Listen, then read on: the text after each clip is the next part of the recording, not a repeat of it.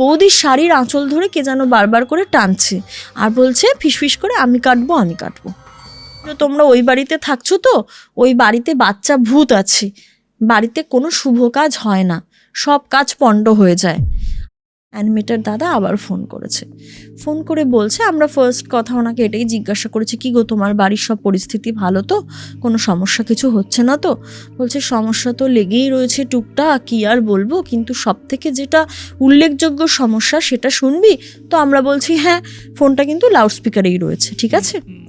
দাদা বলছে বাড়িতে সাপের উপদ্রব খুব হয়েছে বাইরেটায়, মানে ওই যে আগেই বলেছিলাম গাছগাছালি আছে উঠোনটায়, বলছে না সাপ ঘুরে বেড়াচ্ছে, কিন্তু অদ্ভুত একটা জিনিস হচ্ছে, আমরা সাপটাকে কেউ মারছি না, কিন্তু ধর আজকে দেখলাম সাপ ঘুরছে, তোর বৌদি দেখলো আমাকে বললো, বা আমি ধর বেড়াতে বা যেতে আসতে গিয়ে দেখলাম সাপ ঘুরছে, আমরা কোনো রকমে পাশ কাটিয়ে চলে এলাম, পরের দিন দেখছি ওই সাপটা মরে পড়ে রয়েছে।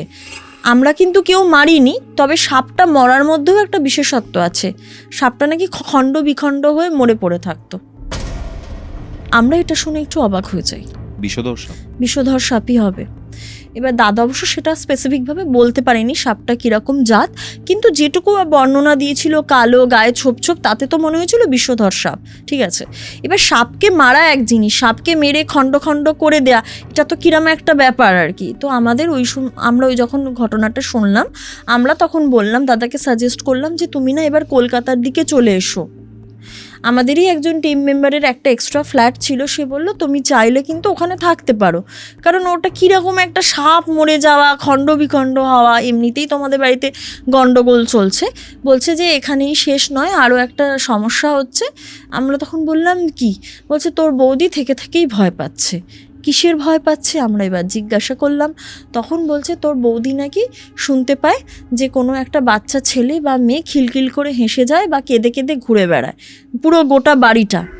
তখন আমি বললাম যে পুচকেটা কাঁদে না তো? বলছে না, পুচকেকে এরকমও হয়েছে, পুচকেটাকে নিয়ে একই খাটে শুয়েছে, অথচ বৌদি শুনছে খাটের তলা থেকে কেউ যেন একটা খিলখিল করে হাসছে। এবার বৌদি যখন খাটের তলায় উকি দিয়েছে, তখন দেখছে খাটের তলায় কেউ নেই, কিন্তু দরজার বাইরে থেকে কারুর একটা কান্নার আওয়াজ, ঠিক আছে। বাপরে।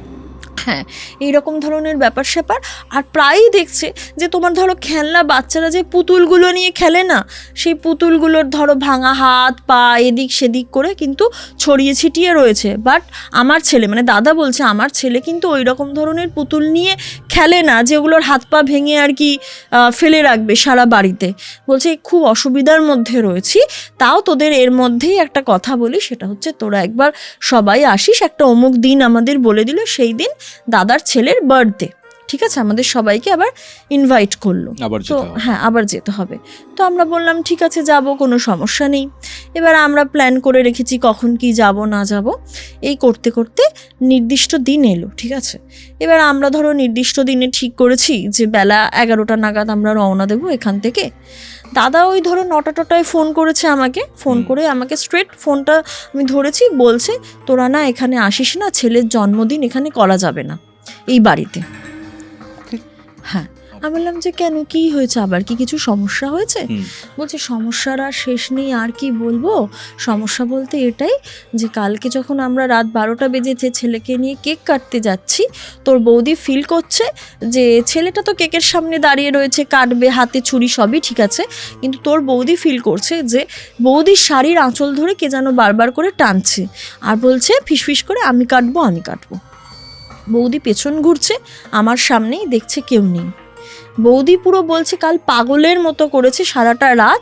বৌদি ওই কথা তো শুনেইছে, এছাড়াও শুনছে কেউ একজন বারবার করে কাঁদছে, কেউ বারবার করে হাসছে, খিলখিল করা হাসির আওয়াজ আর ওরকমভাবে কান্নার আওয়াজ।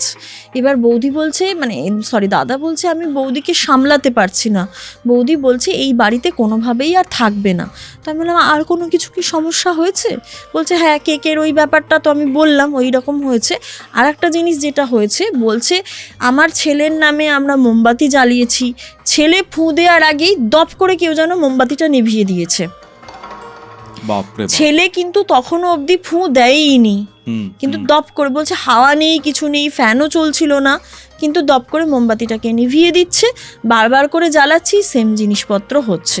তো বৌদির মনে হয়েছে এটা একটা অশুভ ব্যাপার, ঠিক আছে। এবং ঘটনার এখানেই শেষ নয়, ঘটনার ঘন ঘটা।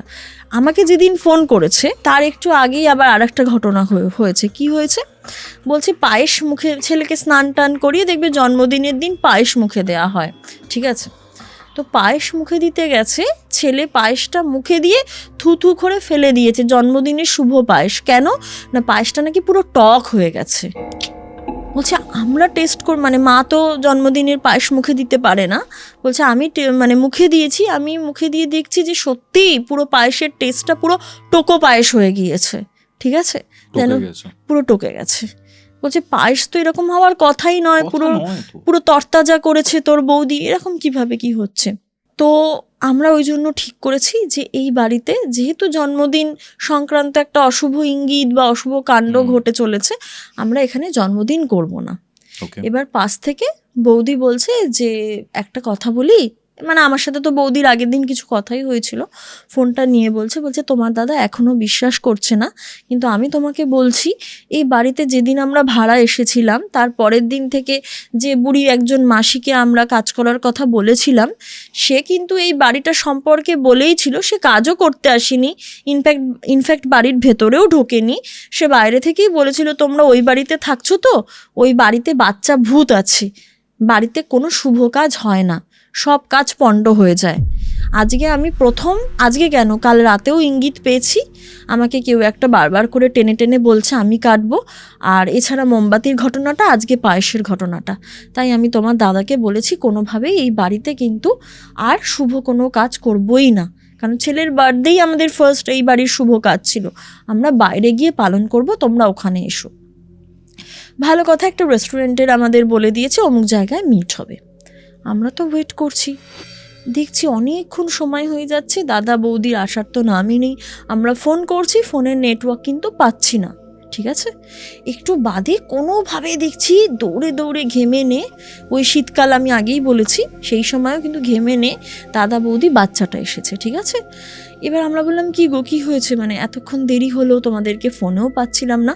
বলছে দুইবার আসতে গিয়ে আমাদের গাড়ি একটা বড়সড় অ্যাক্সিডেন্টের হাত থেকে বেঁচে গিয়েছে, এবং বাড়িটা থেকে যখন বেরিয়ে আমরা ছেলের জন্মদিন পালন করব বলে, তোদের সাথে মিট করব বলে কলকাতায় আসছিলাম আর কি, তখন এরকম আমার বারবার করেই মনে হচ্ছিল যে পেছন দিক থেকে কেউ যেন আমার কাঁধটায়, এই দুই কাঁধে কেউ যেন একটা দুই হাত দিয়ে দুই কাঁধের ওপর ভর দিয়ে রয়েছে, মানে আমাকে যেতে দেবে না, সিটের সাথে ঝুলে রয়েছে বা ধরো সাঁটিয়ে রয়েছে, বৌদিকে আগে আর কি ধরো ঝুঁকতে দেবে না, এরকম ধরনের সিটের সাথে পেছন থেকে কেউ যেন ধরে রয়েছে, ঠিক আছে। বৌদি বলছে আমি তো দাদাকে 1000 বার বোঝানোর চেষ্টা করেছি যে গাড়িতে কিছু একটা সমস্যা হচ্ছে, একটু দেখো, কিন্তু তো দাদা তো বুঝতেই চায় না, আমি কি বলবো। তখন তো দাদা বলছে যে না, এটা আমার মনের ভুল, এরকম ধরনের কিছুই কিন্তু হচ্ছে না। এইবার ছেলেটা বলছে মাকে, মানে এরকম করে ছেলেটা দেখাচ্ছে, সাপের মতো এরকম করছে, ইঙ্গিত করছে। আমি বললাম ও কি দেখাচ্ছে, সাপটাপ কিছু এসছিল। এইবার বলছে যেটা বলার কথা, বলে মেন গেট আমরা খুলে আর কি বেরোবো, বাইরের সদর গেটটায় আসবো, বলছে ওই দরজা তালা খুলতে গিয়ে দেখি গেটের ওপরে সাপ জড়িয়ে রয়েছে একটা। বলছে আমরা তো ওই সময়, মানে ওইখানটাতেও কিছুক্ষণ সময় নষ্ট হয়েছে, আমরা বেরোতেই পাচ্ছিলাম না, আর কালো মিশমিশে সাপ কিন্তু, ঠিক আছে, কি হতে পারে, কেউটে সাপ হয়তো। বলছে আমরা তো ওই সময়টা তো, আর বলছে বিষধর সাপ দেখে মনে হচ্ছে, তো আমাদের কারোর অত সাহস নেই যে ওই সাপটাকে এখন খুঁচিয়ে ওখান থেকে বের করে তারপরে আমরা ওর পাশ দিয়ে গেটটা খুলে আসবো। বললাম তাহলে বেরোলে কি করে, বললো পেছন দিকের রাস্তা দিয়ে আমরা এসেছি, তার মধ্যে পথে 2বার অ্যাক্সিডেন্ট হচ্ছিল, কোনোভাবে আমরা বেঁচে গিয়েছি। তো তখন আমরা বললাম যে খুব সাবধানে কিন্তু ফিরবে, ঠিক আছে। দিয়ে আমাদের যাই হোক, তখন কিন্তু সিচুয়েশন আবার নর্মাল। এইবার ওই যে ছেলেটা সম্পর্কে আমি বলেছিলাম যে বাড়ির ভিতরে এক ধরনের ওর হাবভাব আমি দেখেছি, এই যে বাড়ির বাইরে যে আমাদের সাথে এতক্ষণ সময় কাটিয়েছে না, ও একদম শান্ত শিষ্ট কিন্তু, এবার কোনো দুষ্টু বাচ্চা যদি সত্যিই তার স্বভাবটা ওরকম বিচ্ছু গোছের হয়, তাহলে ও অতক্ষণ শান্তিতে থাকবে কি, মানে শান্ত হয়ে থাকবে কি করে? ও তো অশান্তি সৃষ্টি করবে ওখানেও। ডেফিনেটলি। তার মানে এখান থেকে কিন্তু আমরা পুরোপুরি বুঝতে পারলাম যে ওই বাড়ির ভিতর সত্যিই এমন একটা কিছু রয়েছে যে ওই বাচ্চা ছেলেটাকে প্রভাবিত করছে, যার প্রভাবে প্রভাবিত হয়ে বাচ্চাটা ওরম করে।